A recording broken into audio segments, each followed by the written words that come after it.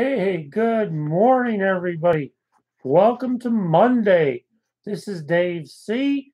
This is the Dave C. Show, Indiana Radio 267 / Brownsburg. We are live in Brownsburg, Indiana. Let's get to the news this morning.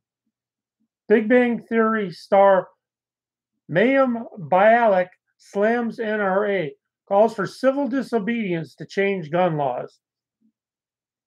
In the wake of the shooting that killed 17 people at a high school in Parkland, Florida, stars far and wide are speaking out in the ongoing gun control debate.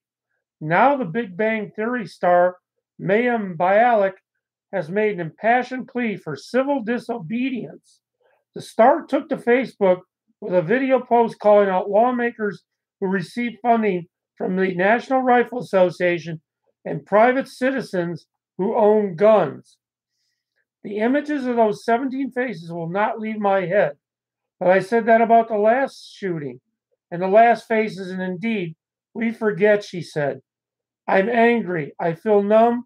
I feel disgusted. I feel horrified. Sometimes I feel all of those things at once. Unlike some of her celebrity counterparts, Bialik acknowledged the many other facets that often come up in the gun control debate, but noted that nothing can be done about them en masse. This is not about the media and video games glorifying and encouraging violence. I mean, it is and it is not.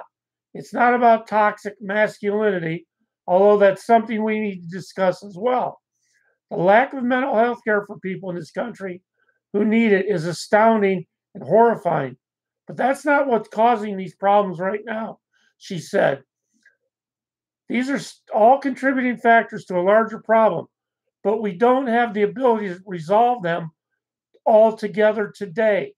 Starr went on to share some statistics about the AR-15 rifle, the NRA, and American gun ownership.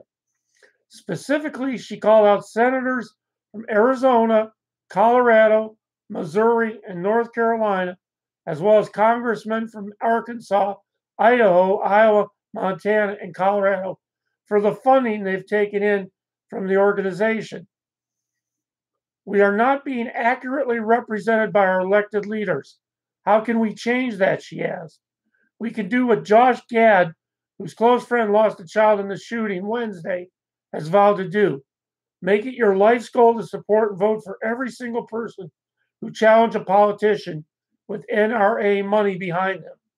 Starr then threw her support behind the upcoming national school walkout organized by the activists behind the Women's March. She also encouraged fans to go to her blog, Grok, G-R-O-K Nation, where a post she updated called for more practical ways to advocate for gun control. So she advocates everyone walking out of school. She advocates activism, and she also includes in there male masculinity.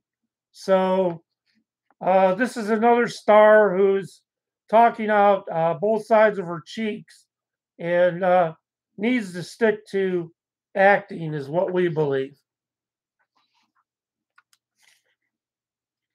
The father of a Texas man set to die for planning a deadly domestic violence attack in 2003 reportedly asked the state last week to spare his son's death. Kent Whitaker survived the attack set up by Thomas Whitaker that left his wife Tricia and his other son Keith dead. He suffered a bullet wound near his heart, according to writers. I'm going to be thrown into a deeper grief at the hands of the state of Texas in the name of justice, Whitaker said in a meeting with David Gutierrez, chairman of the Texas Board of Pardons and Paroles in Austin, according to the Austin American-Statesman. Whitaker, relatives, and his wife's family do not want Texas to execute the man, Reuters reported, citing the clemency petition. However, the state has never spared a death row inmate based on the family's request alone. The panel's final decision will come Tuesday, 2 days before the scheduled execution. Reuters, citing Court documents reported that money may not have been the motivating factor for Thomas Whitaker to arrange the murders. Chris Brashear, Whitaker's roommate, shot the father, mother, and brother after the family returned home from dinner.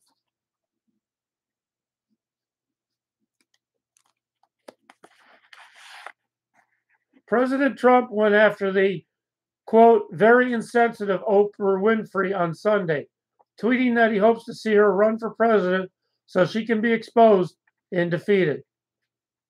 Quote, just watched a very insecure Oprah Winfrey, at one point I knew very well, interview a panel of people on 60 Minutes, unquote. Trump tweeted Sunday, quote, the questions were biased and slanted, the facts incorrect.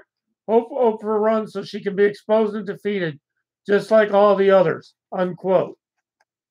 Winfrey appeared on CBS's 60 Minutes, leading a discussion with 14 people from Grand Rapids, Michigan. Half of the people from the group voted for Trump in the 2016 presidential election. The other half did not. The same group was interviewed on the program last year.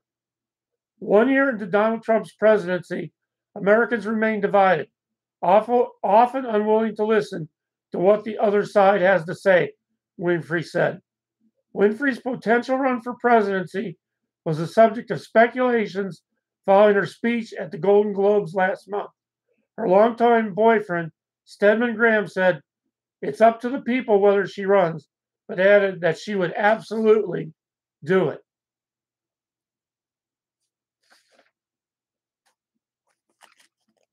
Republicans use Pelosi against vulnerable Dems in midterm elections.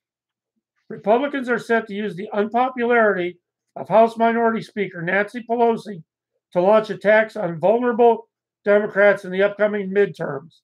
Political ad from the Senate Leadership Fund, a PAC linked to Senate Majority Leader Mitch McConnell, slammed Senator Joe Manchin, Democrat from West Virginia, by showing images of him with Pelosi, the Wall Street Journal reported.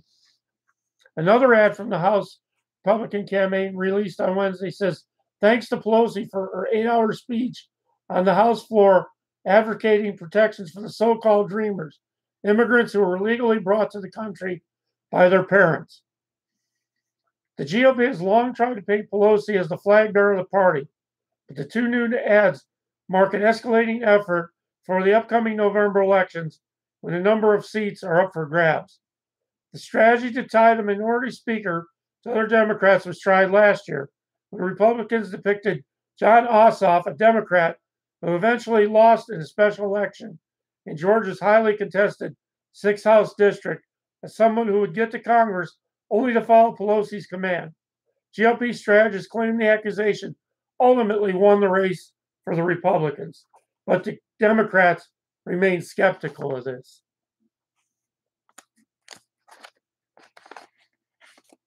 California Democrat and hashtag #MeToo activist allegedly urged staffers to play spin the bottle.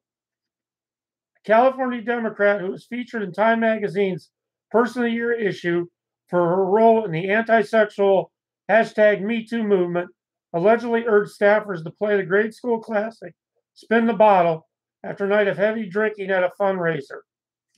David John Kernick, 38, who worked in Assemblywoman Cristina Garcia's office for 5 months, 2014, filed a formal complaint with the state, claiming that he was dismissed from his job for questioning the game. Kernick told Politico that they played the game after an evening of heavy drinking.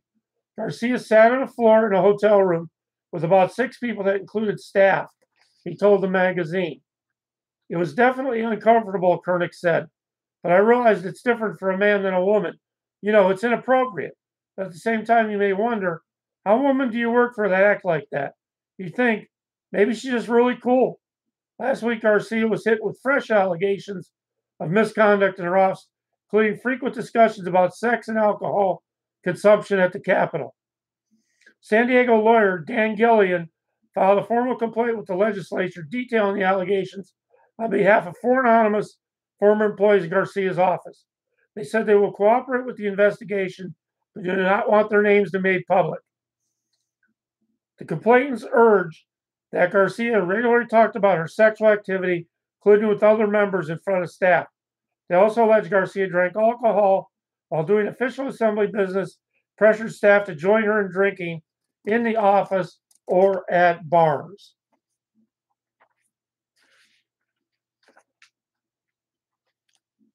And in business news, Coca-Cola reported a 20% fall in quarterly revenue on Friday as it continues to sell off its bottling operations and recorded a $3.6 billion charge related to the new U.S. tax laws.